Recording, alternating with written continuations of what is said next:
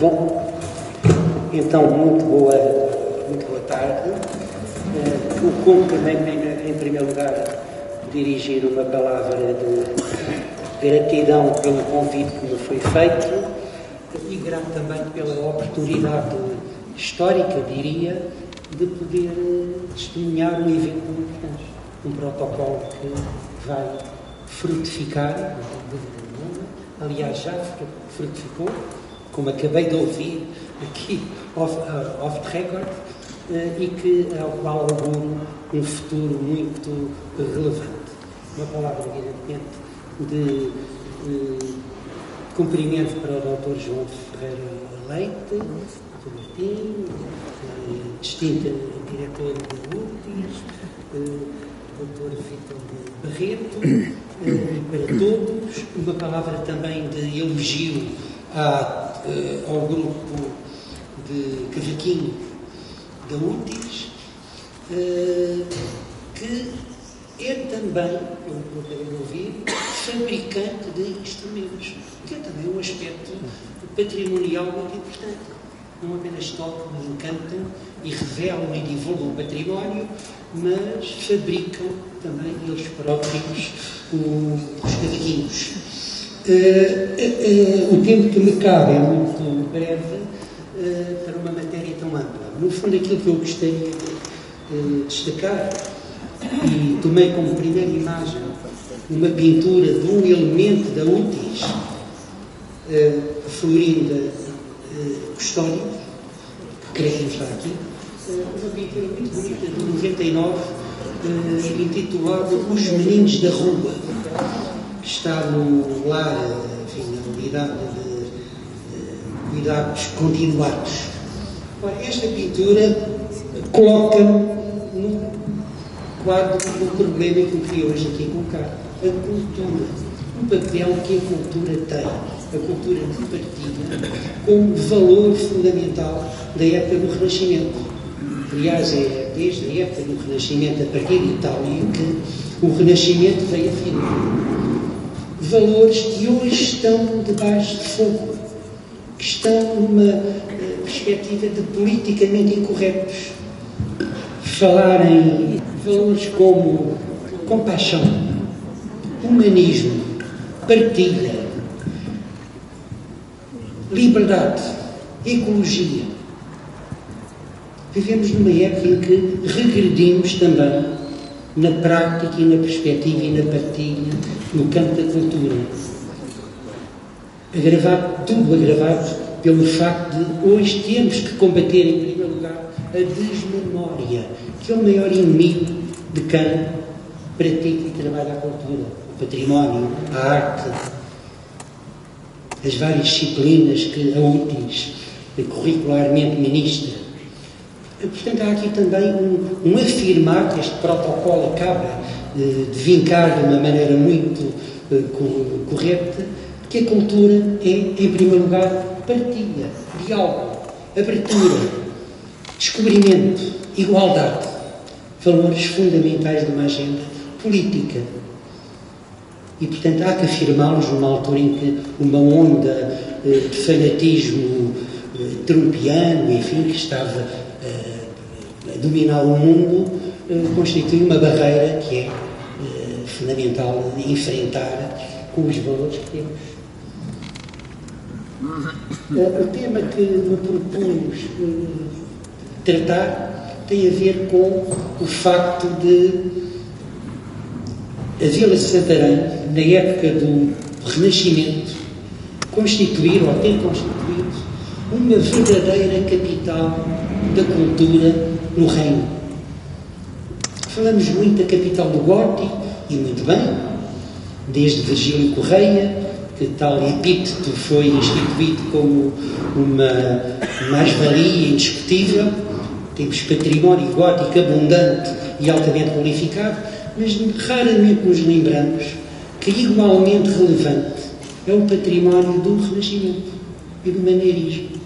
Na arquitetura, na talha, na pintura, na literatura, na escultura, como iremos ver muito rapidamente. E é o aspecto que eu entendi que, por via de um livro que vou destacar de meu pai, livro que eu acompanhei em pequenino, que vi nascer com 8 anos de idade, que gostaria de referir este caráter escalabitano que o tempo do Renascimento vingou, afirmou.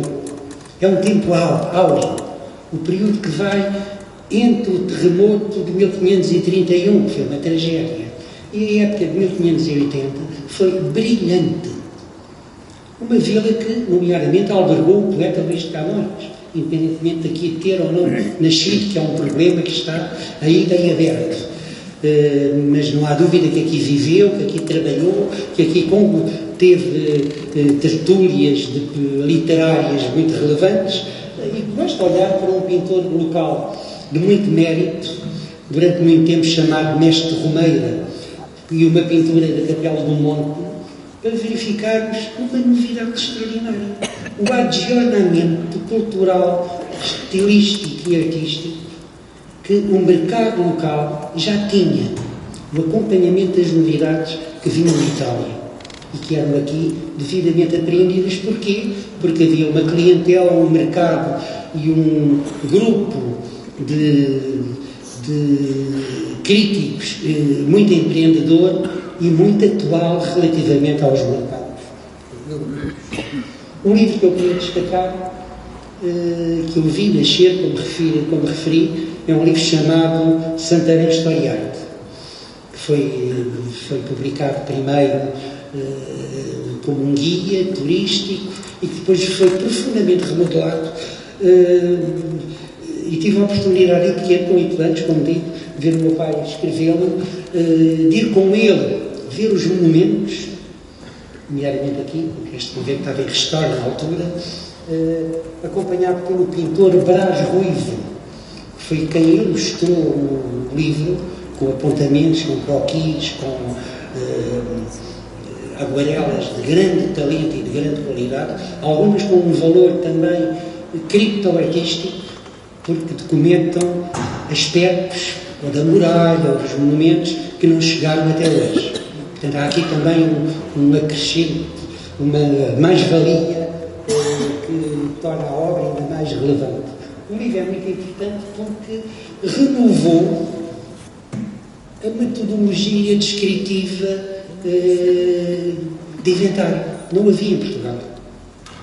Independentemente do trabalho do Virgílio Correia, que fora o pioneiro no estudo gótico, a ideia de que esta vila era pobre em termos de património, porque fora vítima de épocas de abandono, de iconoclastia, de perda de património, o que é verdade, levou a desprimorar o património remanescente.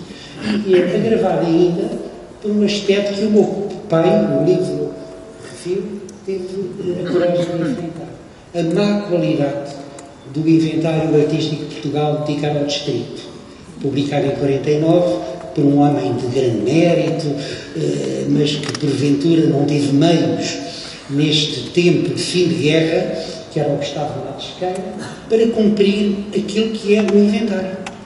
De modo que ficámos profundamente prejudicados pelo levantamento profundamente errado, incompleto e cheio de falhas que a Academia de Belas Artes veio a publicar em 49. É um dos tomos, diria, menos competentes.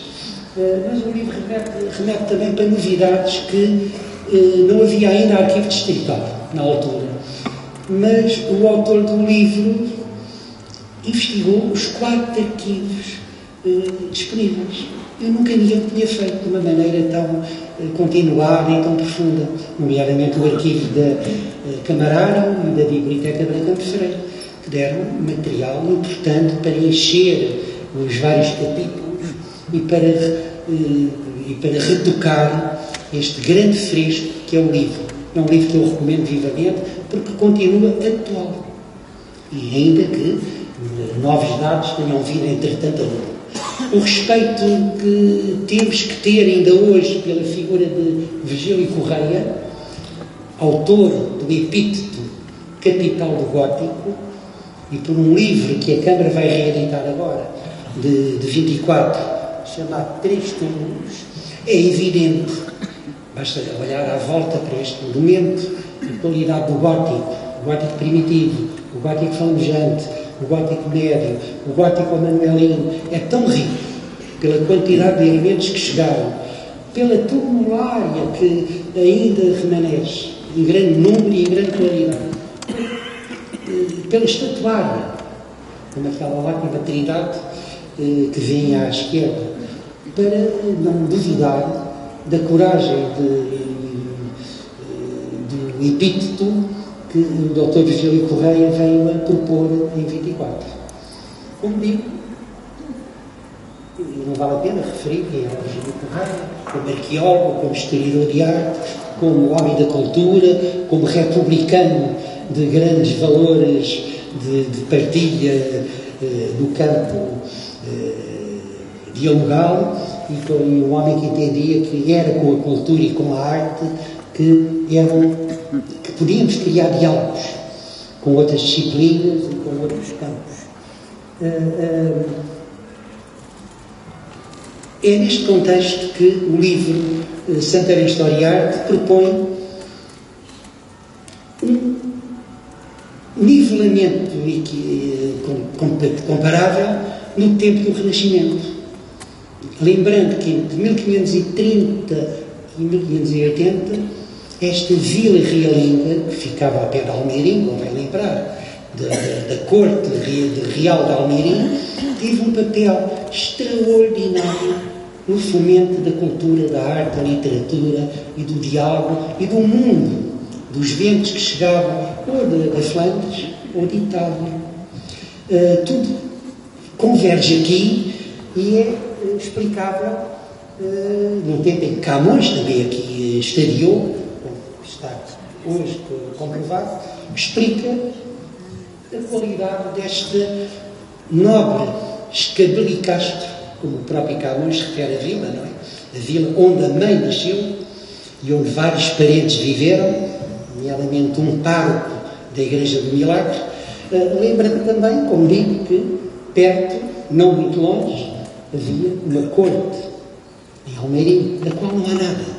Não ficou uma pedra, não ficaram vestígios, tirando a toponímia, duas colunas que eu me recordo, e é um fenómeno também muito estranho, o apagamento da memória relativamente à figura do Infante Luís, grande humanista da corte joanina, e há o ambiente cultural de Almeirim, que era um ambiente frequentado por poetas, historiadores, diplomatas, pintores, vindos de toda a Europa. E basta olhar hoje para a Igreja do Milagre. A Igreja do Milagre é um monumento notável, dos melhores do reino, do país. E depois de tomar, não tenho dúvida de afirmar que é o mais importante do Ribatejo, da época do Renascimento. A qualidade da escultura, dos grotescos, os motivos de antigo que vinham de Itália, não é? Das figuras de baixo relevo que decoram a Capela Mor e que estão bem identificados, obra de um escultor castelhano que aqui vem em 1542, pago por quem? Pelo próprio Dom João de Castro, que a partir de Goa enviou dinheiro para a obra. É algo de extraordinário. Mas também a Capela do Monte, também as varandas com grotescos, também a campanha que reformou a Igreja de Marvila, depois do terremoto de 31. Também o património que foi desmantelado e foi levado para Lisboa e que um dia vai voltar. Mas queríamos aquela varanda extraordinária ligada à mãe de Luís de Camões, uma notável varanda renascentista com grotescos. Tudo isto foi um conjunto de migalhas que não foram lidas no devido contexto e no devido conjunto. Pela primeira vez, o livro Santarém História e Arte ajuda a arrumar e a orientar o olhar crítico e a devolver memória, no fundo, que é um elemento fundamental para compreendermos Porque é que a arte e a cultura têm um papel tão importante hoje para unir, para fomentar diálogo, para promover trabalho, para diluir privilégios. Porque é a própria cultura que é o maior privilégio, o mais democrático elemento que nos privilegia e nobilita. Ora, olhando para a Igreja, enfim, podia estar aqui muito tempo a referir obras que veio no livro e que, entretanto, foram melhor documentadas, como a campanha do arquiteto Miguel da Ruda, o melhor arquiteto do reino, que veio aqui planear uma igreja em planta alquires, perfeitamente inédito, perfeitamente inesperado no contexto português, à maneira romana, à maneira italiana. Depois lembrar também que a história é feita de perdas e Santarém foi, porventura, uma das mais castigadas pelo abandono, pela ruína, pelo roubo, pela pilhagem napoleónica e outras, pelo mau trabalho autárquico, pelos muito maus restauros da degente. E basta olhar para conventos que foram destruídos puramente. Depois da morte da última freira, este convento que estão aqui a ver, todos identificam, foi deitado abaixo, escapando a igreja e vendido ao desbarato do espólio. Uma das pinturas que o decorava felizmente, está em Lisboa e espero que em breve volte à origem. Era o pintor Cristóvão Lopes, pintor do rei. Portanto, há aqui um conjunto de provas que tornam o património escravitano do tempo do Renascimento muito mais importante do que aquilo que imaginamos. Estamos numa capital. O que resta de um polo que foi capital. Milagre, Capela do Monte, o púlpito da igreja lá debaixo de Santa Cruz da Ribeira, tanto que havia para falar. E apenas um apontamento. Na Igreja do Milagre, o autor espanhol que aqui trabalhou é o mesmo que vai, pouco depois, lavrar um cadeiral no Mosteiro dos Jerónimos, património da humanidade, não é qualquer um. De repente estes fios ficam melhor identificados e levam-nos, evidentemente, à figura do Dom João de Castro, que a partir de Goa, como digo, por motivos que ainda não foram perfeitamente explicados, custeou várias reformas de igrejas. Por algum motivo. Creio que foi a Milagre, a Igreja de Nervila, com tudo o que tem ainda da campanha renascentista. E depois este ambiente de abertura ao mundo leva também a que os próprios artistas locais acompanhem a novidade. O mestre Romeiro, como digo, um dos pintores locais de maior qualidade, aprende. Eu que nunca provavelmente fui à Itália, mas aprende com um ambiente de adjornamento. E basta olhar para os quadros do Imperador Heráclito, que estão em boa hora expostos, devido ao Padre Joaquim Magnão e à doutora Eva Neves, para verificar que também na arte da pintura há um nivelamento muito qualificado. Não quero alongar muito, eu quero dar um pequeno apontamento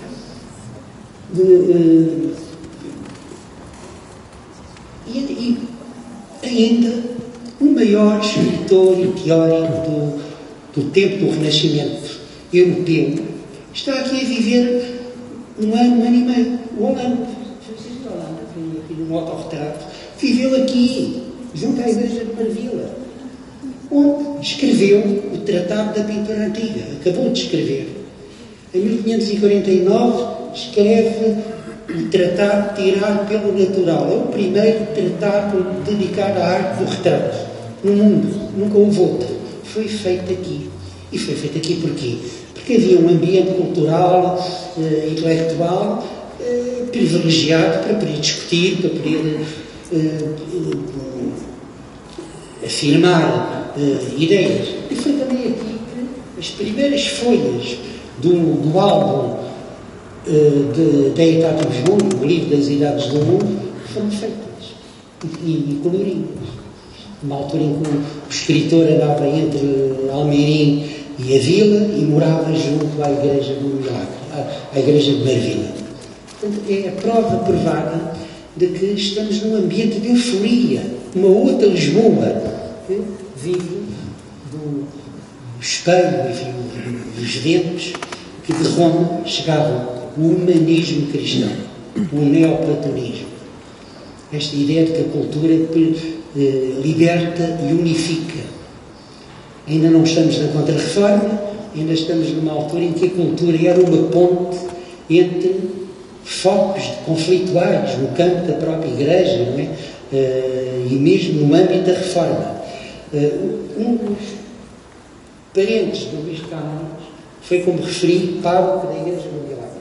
É uma figura nunca falada, muito pouco, que é o padre Luís de Brito, que tem aqui uma atividade cultural, política também, porque era apoiante do António Pereira do Crato, e que escreve uns comentários à obra de Camões, inéditos.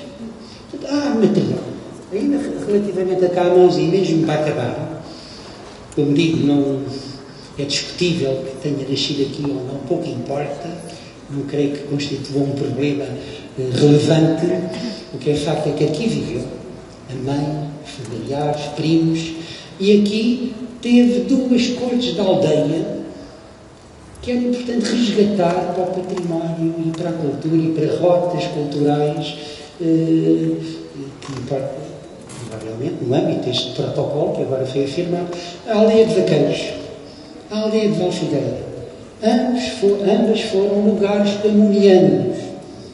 Hoje podemos afirmar e provar, o meu pai tinha a ideia que havia vidas camonianos. Está provado agora.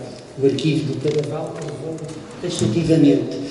Camões esteve aqui, era apoiado pelo Dom Gastão Coutinho e pelo filho, e teve aqui um contacto privilegiado, o que leva a crer que muitos dos poemas camonianos que falam do Tejo falam na realidade do médio Tejo e dos afluentes, de Almonda, Alvião. Temos muito para contar a este respeito, não é? Vemos aqui o Alviela, o retrato de Camões que o Coutinho mandou pintar e as rimas que foram editadas por eles. Tenho vindo muito trabalho agora ultimamente a desvendar e a levantar este véu. Mas também em Valfigueira, que é uma novidade, partimos do trabalho do Dr. José Gaspar e de outros investigadores que estudaram o antigo convento fundado em Valfigueira por um homem que hoje ninguém fala muito dele, Dom Manuel de Portugal.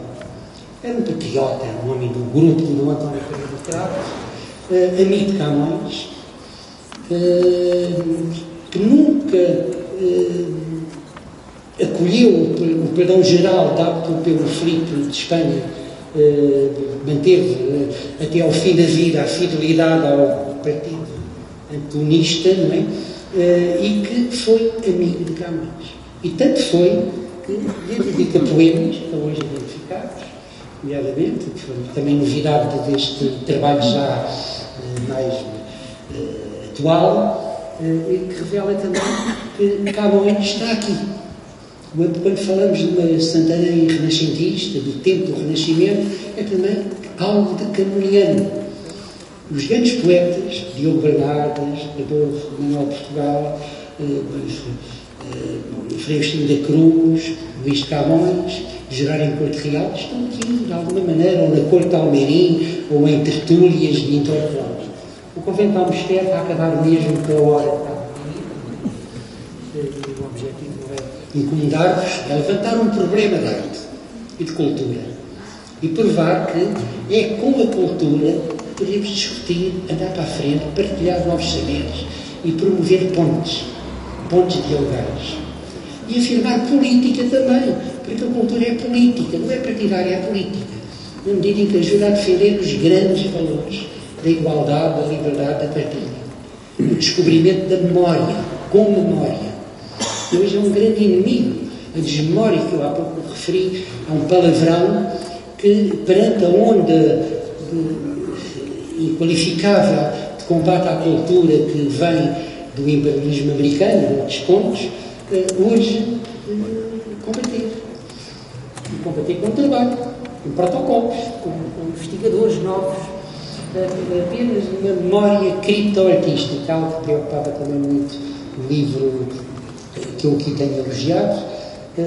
As pinturas que estão a ver foram destruídas no convental mosteiro e delas não há memória, mais do que algumas fotografias de anos 50, de muito má qualidade. Está aqui figurada a mãe de Dom António de Bucarate, a mulher de Dom Infantão Luís, a lendária judia Dona Violante Gomes Aplicana, que foi freira, efetivamente, no convental mosteiro. Ela está pintada, ou estava, em pinturas que, infelizmente, a incúria destruiu. Mas também aqui há uma novidade. Para o livro que eu tanto destaquei, cuja leitura recomendo, Santarém está de Arte, fim de anos 50, também a criptohistória era um elemento fundamental.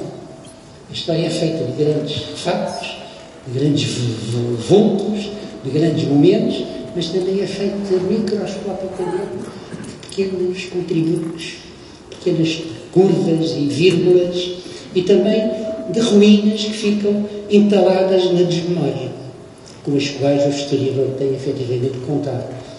Era isto que eu queria comunicar de uma forma muito rápida e cumprida a minha meia hora, acho que cumpri, e muito obrigado a todos.